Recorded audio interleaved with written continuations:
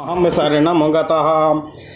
अथ श्री अग्निमहापुराण सत्त्रिंशदधिक-द्विशततमोऽध्यायः। रणदीक्षा। पुष्कर उवाच। यात्रा विधान पूर्वं तु वक्ष्ये सांग्रामिकं विधिं। सप्ताहेन यदा यात्रा भविष्यति महीपते।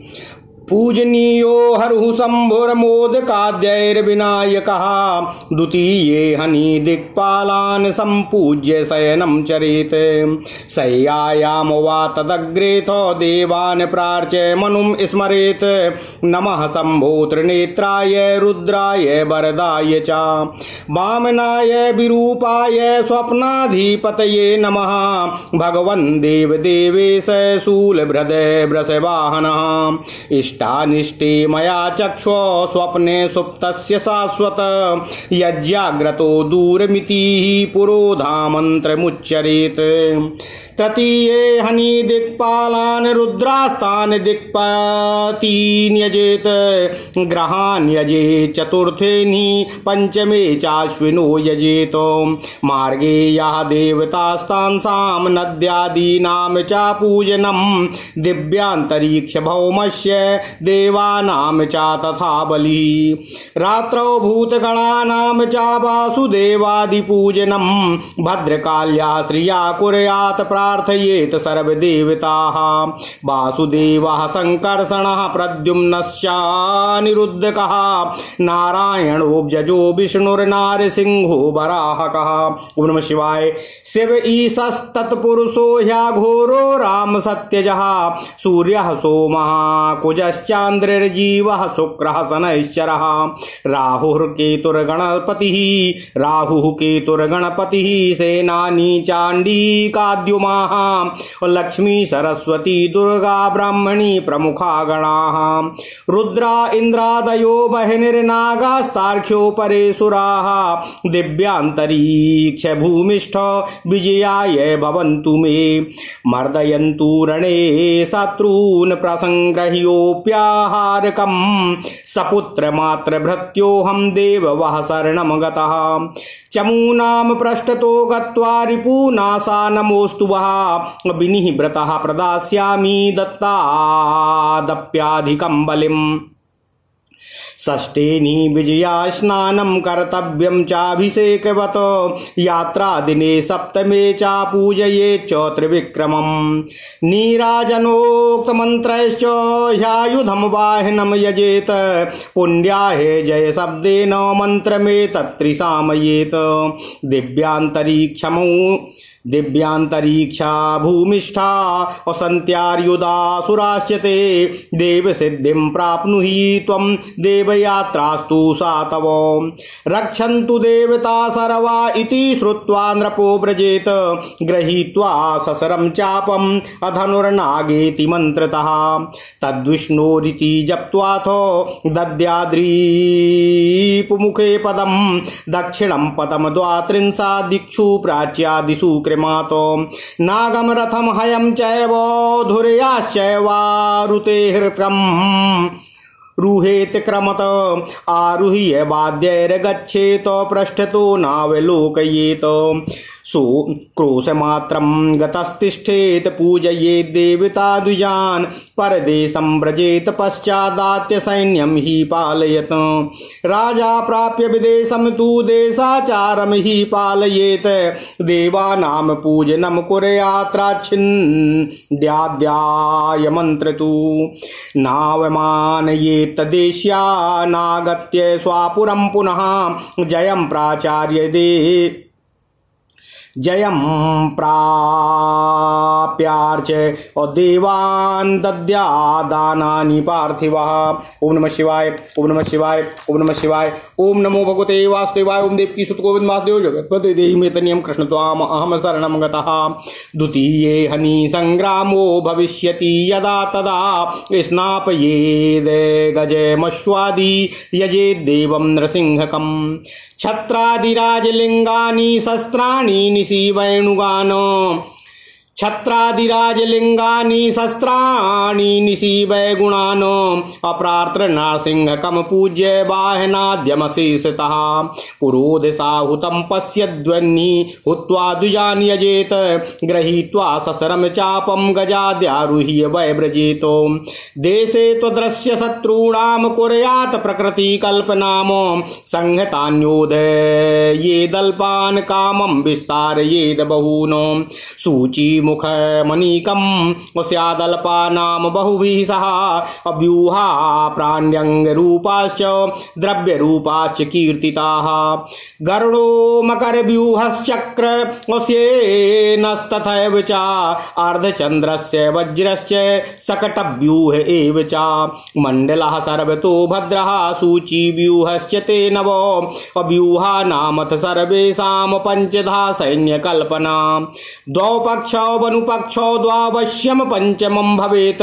एकेन यदि वा द्वाभ्याम भागाभ्याम युद्धमाचरेत् भागत्रयम् स्थापयेत्तु तेषां रक्षार्थमेव च नाव्यूह कल्पना कार्या राज्ञो भवति कहिर्चित् मूलच्छेदे विनाशः स्यान्न युद्धे च स्वयं नृपः सैन्यश्च पश्चात्तिष्ठेतोऽसौ क्रोशमात्रे महीपतिः भग्नसन्धारणं तत्र योधानां परिकीर्तितं प्रधानभङ्गे सैन्यस्य नवस्थानं विधीयते न संहतान्यविरलान्योधान् व्यूहे प्रकल्पयेत आयुधानां तु सम्मर्दो यथा न स्यात् परस्परं भेक्तुकामः परानीकं संहतैरेव भेदयेत भेदरक्षा परेणापि कर्तव्या संहतास्तथा व्यूहं भेदावहं कुर्यात् परव्यूहेषु चेच्छया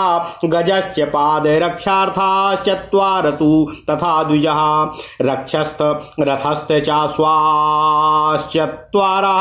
समास्तस्य चाचर्मिणः धन्विनश्चार्मिभिस्तुल्याः पुरस्ताच्चार्मिणो रणे धृपृष्ठतो धान्विनः पश्चादध्विना तुरगा रथानां कुञ्जरा पञ्चादातव्या पृथ्वीक्षिताः पदाति कुञ्जराश्वानां धर्मकार्यं प्रयत्नतः शूराः प्रमुखते देया नो देया भीरवः क्वचित् शूरान् प्रमुखो दत्त्वा स्कन्धमात्र प्रदर्शनं कर्तव्यं भीरुसंघेन शत्रुविद्रावकारकं धारयन्ति पुरस्तात्तु न देया भीरवः पुरः प्रोत्साहन्येव रणे अभीरुन्शूरा पुरस्थिताः प्रांसवः शकुनासाश्च ये चाजीये क्षणा नरा संहत भ्रूयुगाश्चैव क्रोधनाः कलहप्रिया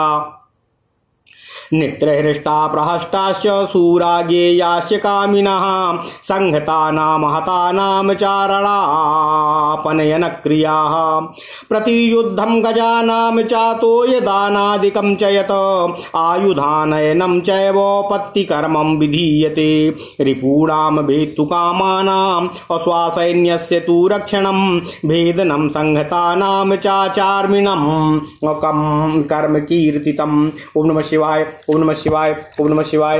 ओम नमो भगवते वासुदेवाय। ओम देवकी सुत गोविंद वासुदेव जगतपते देहि मे तनियम कृष्ण त्वाम अहम शरणम गतः विमुखीकरणम युद्धे धन्विनाम च तथोच्यते दूराप शरणम यानम सुहतस्य तथोच्यते त्रासनम रिपु सैन्यानाम रथकर्मो तथोच्यते भेदनम संहतानाम च भेदनामपि संहतिः प्रकार तोरणाट्टाल द्रुमभंगस्य सद्गजे अपत्तिभूर्विषमा गेया रथाश्वानां तथा समाम् सकर्दमा नानागानां युद्धव्यूमुरुदाहृता एवं विरचित्तव्यूह अप्रश्न कृतपृष्ठ दिवाकरः तथानुलोम शुक्रार्की दिक्पाल मृदुमारुतः योधानुतेज श्रियेत सर्वन्नाम गोत्रावदानतः भोग प्राप्त्या चा विजये स्वर्ग प्राप्त्या मृतस्य चा जित्वा रीन भोग संप्राप्ति मृतस्य चा परागतिः निष्कृतिः स्वामी पिंडस्य नास्ति युद्ध समागतिः सूराणाम रक्तमायाति तेन पापं त्यजन्ति ते घातादि दुख सहनम रणे तत्परमं तपः बराप्सरः सहस्राणि यान्ति शूरं रणे मृतं स्वामी सुकृतमादत्ते भग्नानाम विनिवर्तित नामो अब्रह्म हत्या फलम तेषां तथा प्रोक्तं पदे पदे त्यक्त्वा सहायान्यो गच्छे देवास्तस्य विनष्टये अश्वमेध फलं प्रोक्तं शूराणां निवर्तिनाम धर्मनिष्ठे जयो राज्ञिः योधव्याश्च समः समय गजाद्याश्च नाहन्तव्या पलायिनः न प्रेक्षका प्रविष्टाश्च आशस्त्रापातिपादयाः शान्ते निद्राभिभूते च अर्धोत्तीर्णे नदीवने। ओम नमः शिवाय।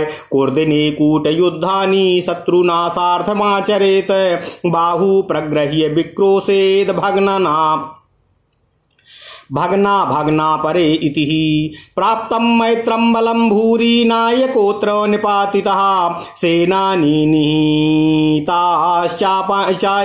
अभूपतिश्चापि विप्लुतः विद्रुतानां च योधानाम् असुखं घातो विधीयते धूपाश्च देया धर्मज्ञ तथा च परमोहनाः पताकाश्चैव संभारो बाधित्राणां भयावह सम्प्राप्य विजयं युद्धे देवान् विप्राश्च संयजेत रत्नानि राजगामिनी अमात्येन कृते रणे तस्य स्त्रियो न कस्यापि रक्षास्ताश्च परस्य च शत्रुं प्राप्य रणे मुक्तं पुत्रवत् परिपालयेत पुनस्तेन न योधव्यं देशाचारादि पालयेत ततश्च स्वापुरं प्राप्य ध्रुवेभे प्रविशेद गृहं देवादिपूजनं कुर्याद् रक्षेद्योधा कुटुम्बकम् संविभागं परावाप्तये कुर्याद् भृत्यजनस्य च रणदीक्षा मयोक्ता ते जयाय नृपते ध्रुवा।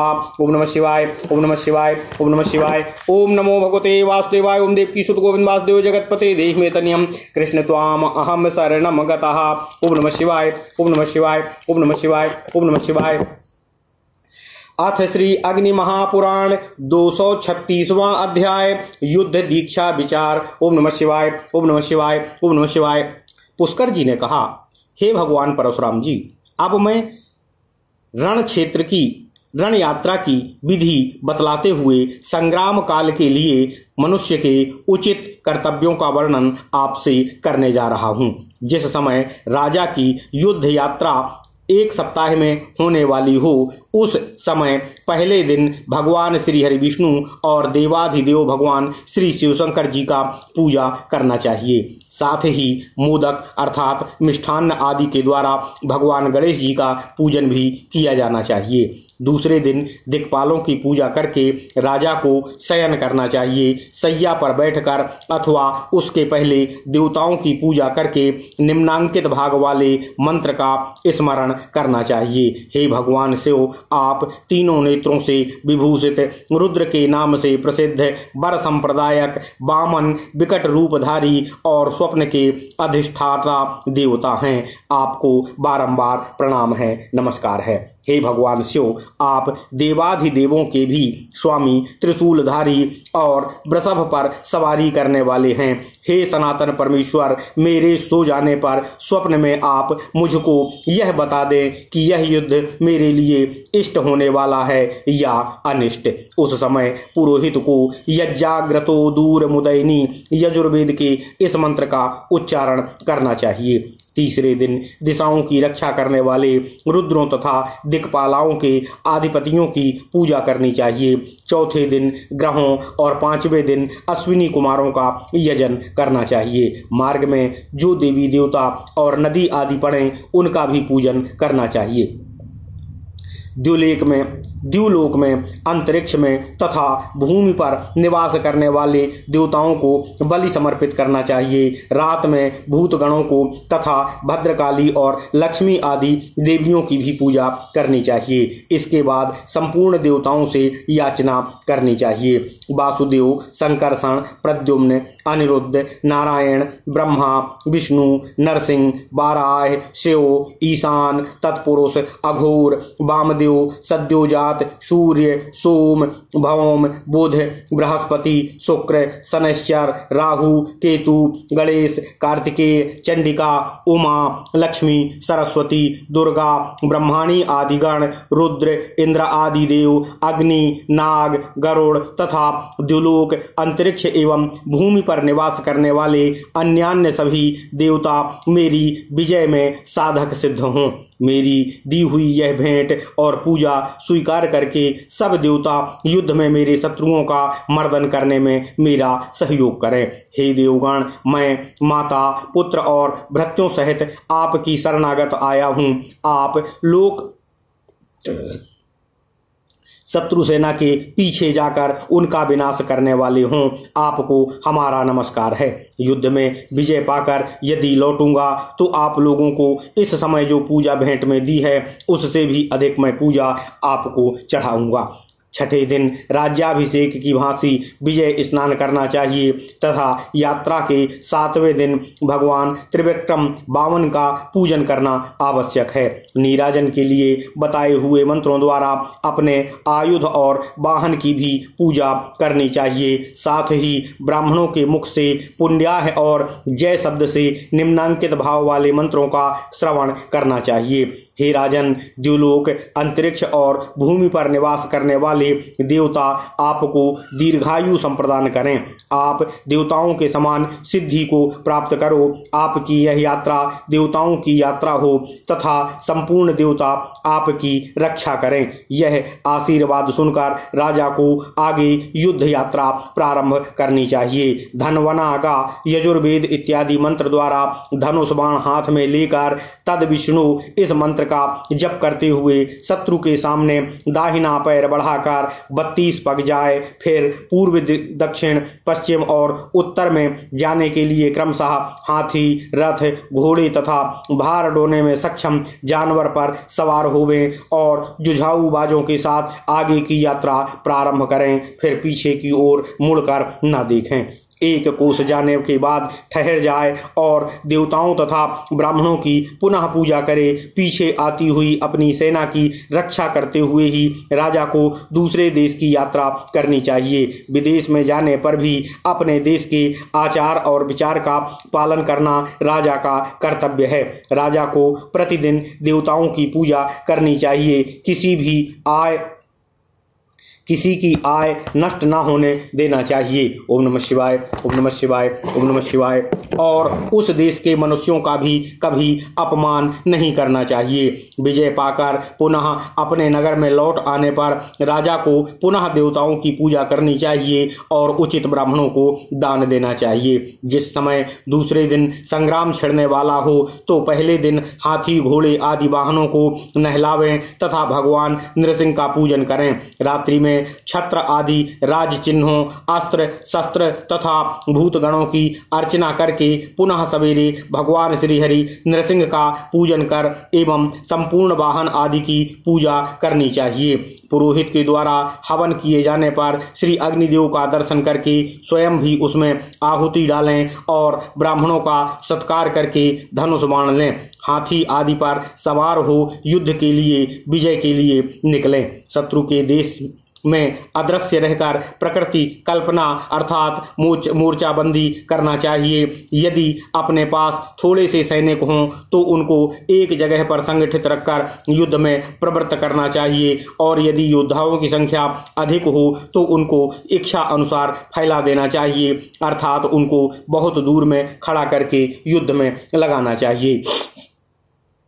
हे परशुराम जी, थोड़े से सैनिक का अधिक संख्या वाले योद्धाओं के साथ युद्ध करने के लिए सूची मुख नामक व्यूह उपयोगी होता है। व्यूह दो तरह के बनाए जाते हैं, प्राणियों के शरीर की भांति और द्रव्य स्वरूप। गरुड़ व्यूह, मकर व्यूह, चक्र व्यूह, शेन व्यूह, अर्धचंद्र व्यूह, वज्र व्यूह, सकट व्यूह, सर्वतोभद्र मंडल व्यूह और सूची व्यूह, ये 9 व्यूह युद्ध के लिए प्रसिद्ध हैं। सभी व्यूहों के सैनिकों को 5 भागों में विभाजित किया जाता है, 2 पक्ष, 2 अनुपक्ष और एक 5वां भाग भी अवश्य रखना चाहिए। योद्धाओं के 1 या 2 भागों से युद्ध करना चाहिए और 3 भागों को उनकी रक्षा के लिए रखना चाहिए। स्वयं राजा को कभी व्यूह में स्वयं नियुक्त नहीं होना चाहिए, क्योंकि राजा ही सबकी जड़ है। उस जड़ के कट जाने पर सारे राज्य का विनाश स्वमेव ही हो जाता है। इसलिए स्वयं राजा युद्ध में प्रवृत्त ना हो, वह सेना के पीछे 1 कोस की दूरी पर रहे। वहां रहते हुए राजा का यह कार्य बतलाया गया है कि वह युद्ध से भागे हुए सिपाहियों को उत्साहित करके धैर्य बंधावे। सेना के प्रधान अर्थात सेनापति के भागने या मारे जाने पर सेना नहीं ठहर पाती है। व्यूह के योद्धाओं को ना तो एक दूसरे से सटाकर रखना चाहिए और ना ही बहुत दूरी पर रखना चाहिए। उनके मध्य में इतनी ही दूरी रहनी चाहिए जिससे वे एक दूसरे के हथियारों को आपस में ना टकराने पाएं। जो शत्रु सेना की मोर्चाबंदी तोड़ना चाहते हैं वह अपने संगठित योद्धाओं के द्वारा ही उसको तोड़ने का प्रयत्न करें, तथा शत्रु के द्वारा भी यदि अपनी सेना के व्यूह भेदन के लिए प्रयत्न हो रहा है तो उसकी रक्षा के लिए संगठित वीरों को ही नियुक्त करना चाहिए। अपनी इच्छा के अनुसार सेना का व्यूह बनाएं जो शत्रु के व्यूह में घुसकर उसका भेदन कर सके। हाथी के पैरों की रक्षा करने के लिए 4 रथ नियुक्त करना चाहिए। रथ की रक्षा के लिए 4 घोड़सवार तथा उनकी रक्षा के लिए उतने ही ढाल लेकर युद्ध करने वाले सिपाही तथा ढाल वालों के बराबर ही धनुर्धर वीरों को तैनात करना चाहिए। युद्ध में सबसे आगे ढाल लेने वाले योद्धाओं को स्थापित करना चाहिए। उनके पीछे धनुर्धर योद्धा, धनुर्धरों के पीछे घोड़सवार, घोड़सवार के पीछे रथ और रथों के पीछे राजा को हाथियों की सेना नियुक्त करना चाहिए। पैदल, हाथीवार और घोड़सवारों को प्रयत्न पूर्वक धर्मानुकूल युद्ध में संलग्न रहना चाहिए। युद्ध के आगे पर सूरवीरों को ही तैनात करना चाहिए। डरपोक स्वभाव वाले सैनिक को वहां कदापि खड़ा नहीं होने देना चाहिए। सूरवीरों को आगे खड़ा करके ऐसा प्रबंध करना चाहिए जिससे वीर स्वभाव वाले योद्धाओं को केवल शत्रुओं का जत्थ मात्र दिखाई दे, उनके भयंकर पराक्रम पर उनकी दृष्टि ना पड़े, तभी वे शत्रुओं को भगाने वाले पुरुषार्थ कर सकते हैं। भीरू पुरुष आगे रहें तो वे भाग कर सेना का व्यूह स्वयं ही तोड़ देते हैं, इसलिए उनको आगे कभी ना रखें। सूरवीर आगे रहने पर भीरू पुरुषों को भी युद्ध के लिए सदा उत्साह संप्रदान करने वाले होते हैं। जिनका कद ऊंचा, नासिका तोते के समान नुकीली, दृष्टि सौम्य तथा भौहें मिली हुई हों, जो क्रोधी, कलह प्रिय, सदा हर्ष और उत्साह से भरे हुए रहने वाले तथा कामपरायण हों, उनको सूरवीर समझना चाहिए।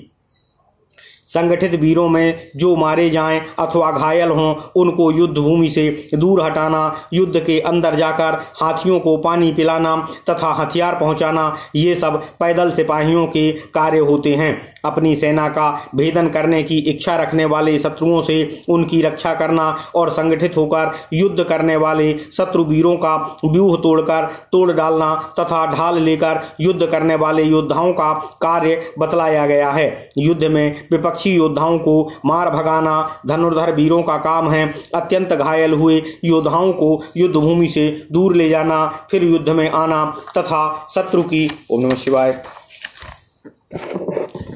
सेना में से त्रास उत्पन्न करना, यह सब रथी वीरों का कार्य बतलाया गया है। संगठित व्यूह को तोड़ना, टूटे हुए को जोड़ना तथा चहार दीवारी अर्थात तोरण द्वार अट्टालिका और वृक्षों को भंग कर डालना, यह सब अच्छे हाथी का पराक्रम है।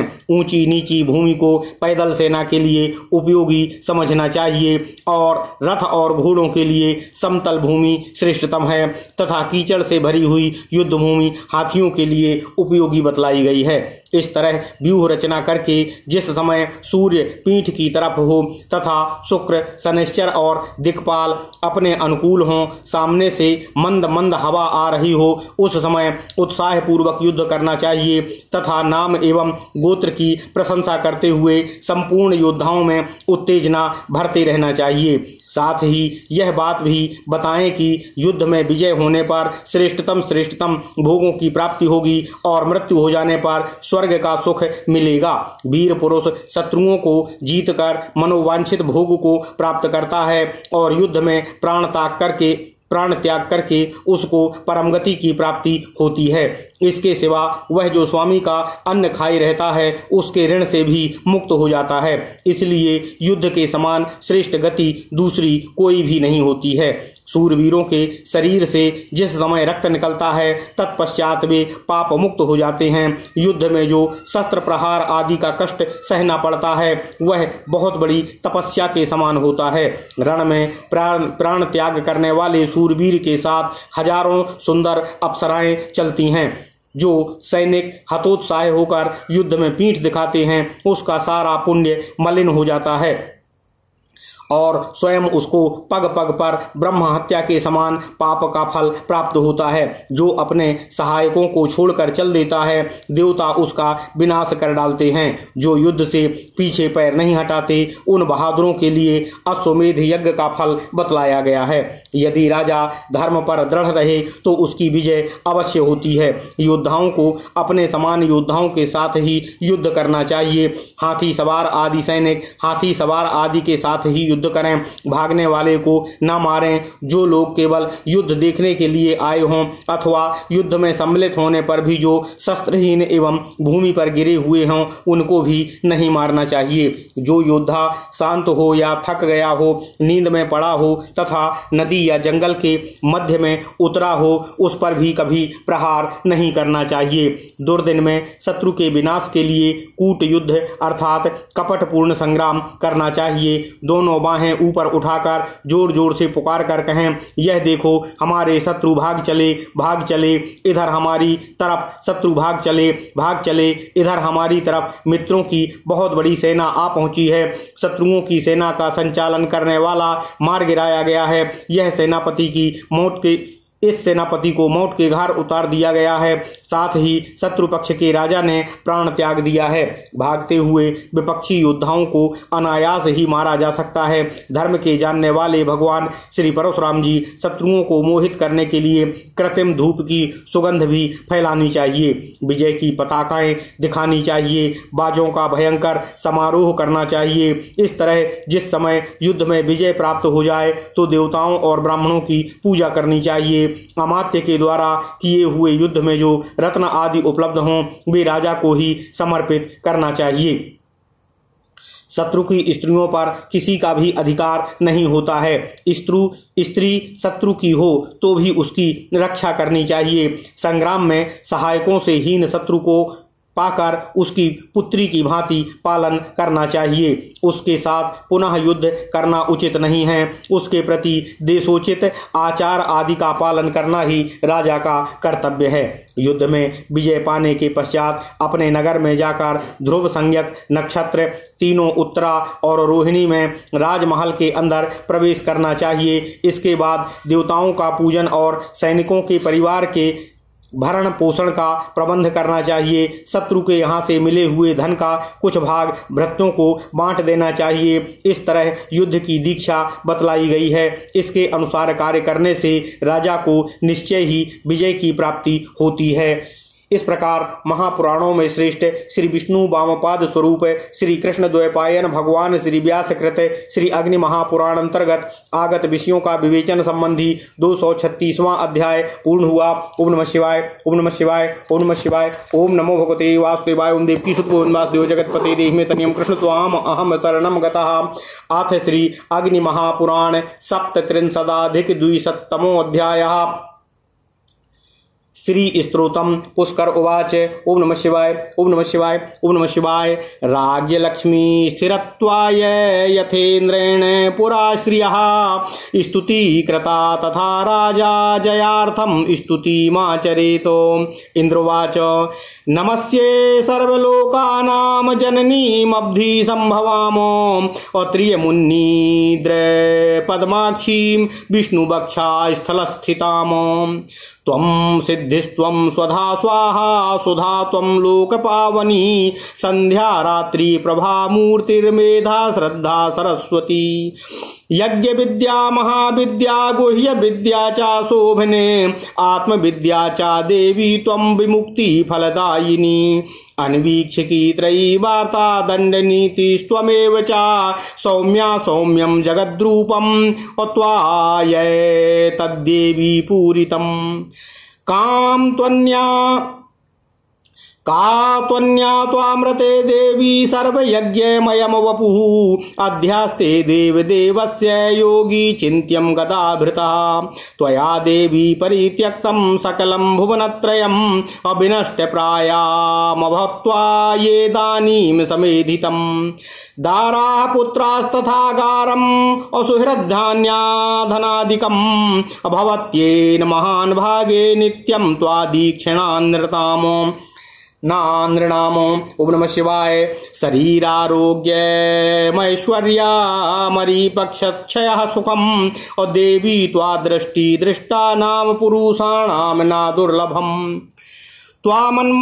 त्वामम्बाम सर्वभूतानां देव देवो हरिपितः और त्वाय तद्विष्णुनाम चाम्बम और जगदव्याप्तं चराचरं मानम कोशं तथा कोष्ठं अमाग्रहं मा परिच्छदं मा शरीरं कलत्रं च और त्वायेथा सर्वपावनी। मा पुत्रान् मा सुहृद्वार्गान् मा पशून् मा विभूषणम् और त्याजेथ मम देवस्य विष्णोर्भक्ष्य स्थलालये। ओम नमः शिवाय। सत्येन समशौचाभ्यां तथा शीलादिभिर्गुणैः और त्यजन्ते नरा सद्या सन्त्यक्त्या ये त्वमालयेः। त्वयावलोकिता सद्यो शीलाद्यैराखिलैर्गुणैः कुलैश्वर्यैश्वर्युज्यन्ते पुरुषा निर्गुणा अपि।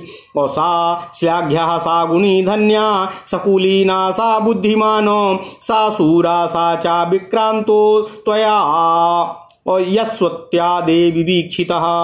सद्यो वैकुण्ठमायान्ति शीलाद्या सकला गुणाः पराङ्मुखी जगद्यात्री यस्य तम विष्णु वल्लभे।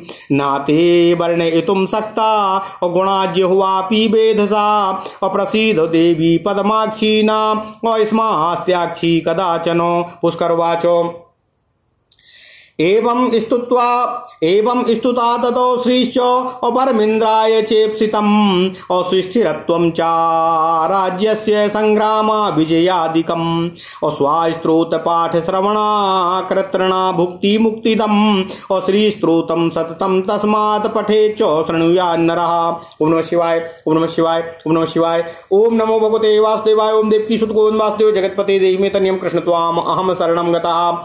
अथ श्री अग्नि महापुराण 237वां अध्याय लक्ष्मी स्तोत्र पाठ और फल। ओम नमः शिवाय ओम नमः शिवाय। पुष्कर जी ने कहा, हे भगवान परशुराम जी, प्राचीन काल में इंद्र ने राज्य लक्ष्मी की स्थिरता के लिए जिस तरह भगवती देवी लक्ष्मी की स्तुति की थी, उसी तरह राजा को भी अपनी विजय के लिए उसका स्तवन करना चाहिए। इंद्र बोले, जो संपूर्ण लोकों की जननी है, समुद्र से जिनका आविर्भाव हुआ है, जिनके नेत्र खिले हुए कमल के समान शोभायमान हैं तथा जो भगवान श्री हरि विष्णु के वक्ष स्थल में विराजमान हैं, उन लक्ष्मी देवी को मैं नमस्कार करता हूँ। जगत को पवित्र करने वाली हे देवी, तुम ही सिद्धि हो और तुम ही स्वधा स्वाहा सुधा संध्या रात्रि प्रभा भूति मेधा श्रद्धा और सरस्वती हो। हे देवी, हे शोभामयी देवी, तुम्ही यज्ञ विद्या,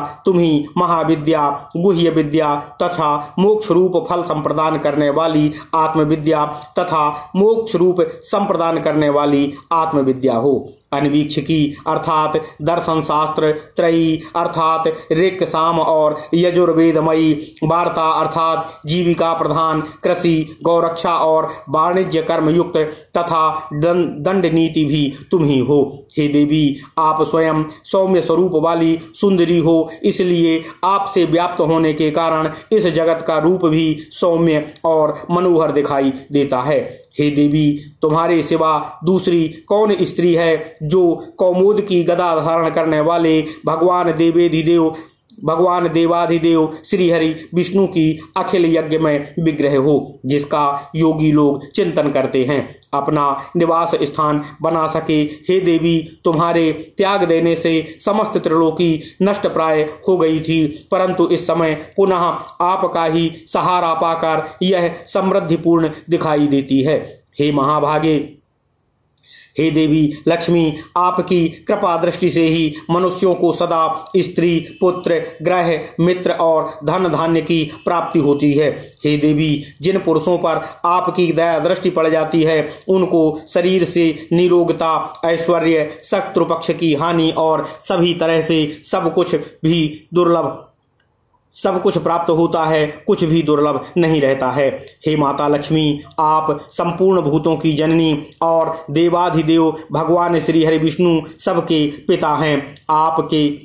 आपने और भगवान श्री हरि विष्णु ने इस चराचर जगत को व्याप्त कर रखा है, सभी को पवित्र करने वाली हे देवी लक्ष्मी, आप मेरी मान प्रतिष्ठा, खजाना, अन्न भंडार, साज सज्जा, ग्रह सामग्री, शरीर और स्त्री किसी का भी त्याग ना करो। हे भगवान श्री हरि विष्णु के वक्ष स्थल में वास करने वाली हे देवी लक्ष्मी, मेरे पुत्र, मित्र वर्ग, पशु तथा आभूषणों को भी कभी आप त्याग ना करो। विमल स्वरूपा हे देवी लक्ष्मी, जिन मनुष्यों को आप त्याग देती हो, उनको सत्य, समता, शौच तथा शील आदि सद्गुण भी तत्काल ही छोड़ देते हैं। हे देवी, आपकी कृपा दृष्टि पड़ने पर गुणहीन मनुष्य भी तुरंत ही शील आदि संपूर्ण श्रेष्ठतम गुणों तथा पीड़ितों तक बने रहने वाले ऐश्वर्य से युक्त हो जाते हैं। ओम नमः शिवाय। जिसको आपने अपनी दया दृष्टि से एक बार देख लिया, वही श्लाघ्य और प्रशंसनीय, गुणवान, धन्यवाद का पात्र, कुलीन, बुद्धिमान और सूरवीर और पराक्रमी हो जाता है। हे विष्णु प्रिय देवी, आप ही जगत की माता हो। आपकी तरफ से जिसकी तरफ से आप मुंह फेर लेती हो, उसका शील आदि सभी गुण तत्काल दुर्गुण में बदल जाते हैं। हे देवी, कमल के समान नेत्रों वाली हे देवी, ब्रह्मा जी की जिह्वा भी तुम्हारे गुणों का वर्णन करने में सक्षम नहीं हो सकती है। मुझ पर प्रसन्न हो जाओ तथा कभी मेरा परित्याग ना करो। हे देवी, पुष्कर जी ने कहा, हे परशुराम जी, इंद्र के इस तरह स्तवन करने पर भगवती लक्ष्मी ने उनको राज्य की स्थिरता और संग्राम में विजय आदि का अभीष्ट वरदान प्रदान किया। साथ ही अपने स्तोत्र का पाठ तथा श्रवण करने वाले पुरुषों के लिए भी उन्होंने भोग तथा मोक्ष मिलने के लिए वर संप्रदान किया। इसलिए मनुष्य को सदा ही लक्ष्मी के इस स्तोत्र का पाठ और श्रवण करना चाहिए। ओम नमः शिवाय। इस प्रकार महापुराणों में श्रेष्ठ श्री विष्णु वामपाद स्वरूप श्री कृष्ण द्वैपायन भगवान श्री व्यासकृत श्री अग्नि महापुराण अंतर्गत आगत विषयों का विवेचन संबंधी 237वां अध्याय पूर्ण हुआ। इत्यादि महापुराणे भगवान श्री वेद व्यासकृत श्री विष्णु वामपाद स्वरूपे श्री अग्नि महापुराण अंतर्गते श्री स्तोत्र कथनम नाम 37 अध्यायः। ओम नमः शिवाय। ओम नमः शिवाय। ओम नमः शिवाय। ओम नमो भगवते वासुदेवाय। ओम देवकी सुत गोविंद वासुदेव जगतपति देहि में तनियम कृष्ण त्वाम अहम शरणम गतः।